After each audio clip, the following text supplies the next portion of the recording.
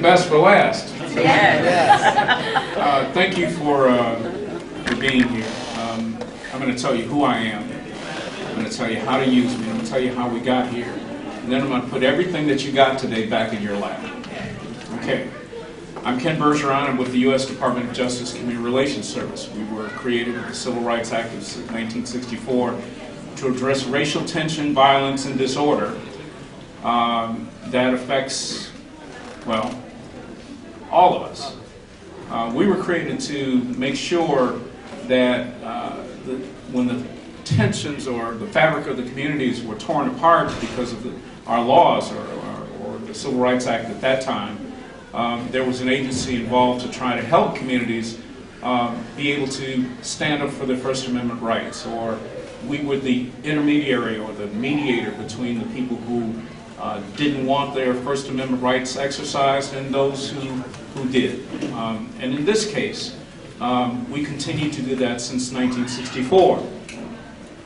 With the passage of Matthew Shepard James Byrd, we picked up additional jurisdictions, which included religion in this case, disability, the things that Kelly talked about. What I want to say is that we don't persecute, we don't prosecute, we don't investigate, but we work in communities to make sure that there's a plan or there's something that we leave in place as a capacity to prevent the hate crime or something that has occurred from happening again. So how did we get here? Back in October, there was an individual in your community, a member of your congregation perhaps, who might have had his business victimized with hate graffiti. Are you aware of that? Yes. Yes. So we saw that.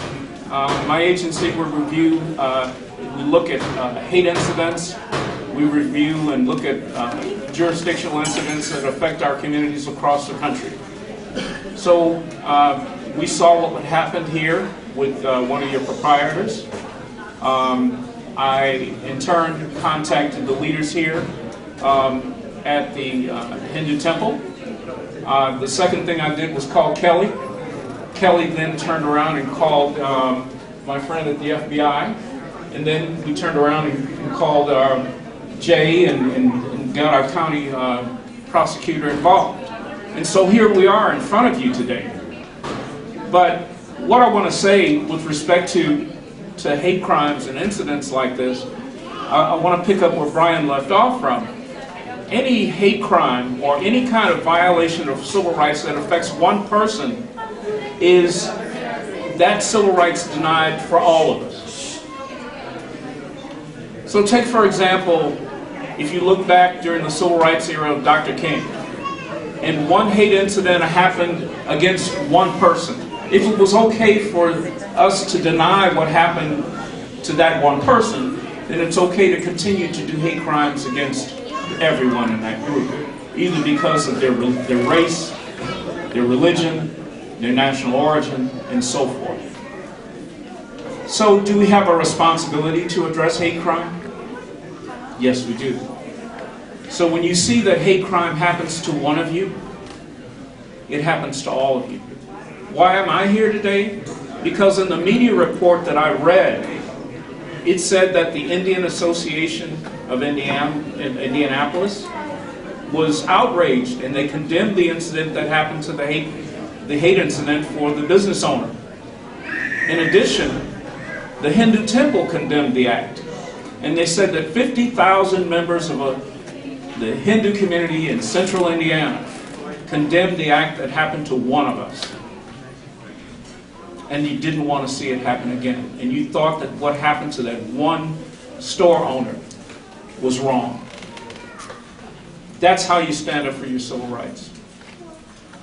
It happens.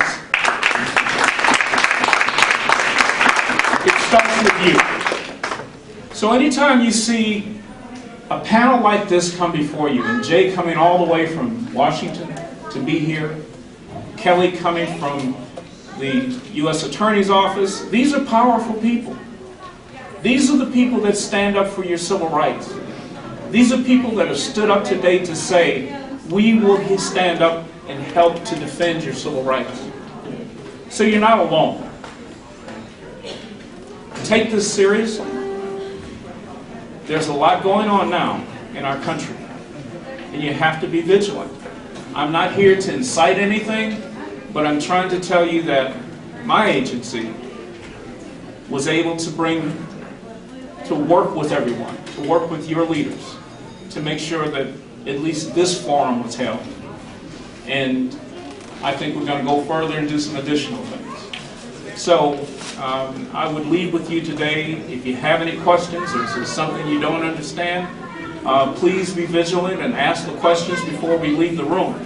In addition, any time that you got, I think it's great that you got Javed. I mean, that's a godsend to have someone like him, because many mosques or Sikh gurdwaras don't have a law enforcement officer. But what we asked them to do is to create a plan that you saw with Tom, and he talked about having a plan. So I hope that after today, maybe you'll work with the temple leaders here and develop an additional plan to ensure the security. What would have happened if Oak Creek had had a plan in place? What would happen if there was a plan in place in what we saw in Egypt? You have to take this seriously. So thank you for your time. If you have any questions, we're here to listen.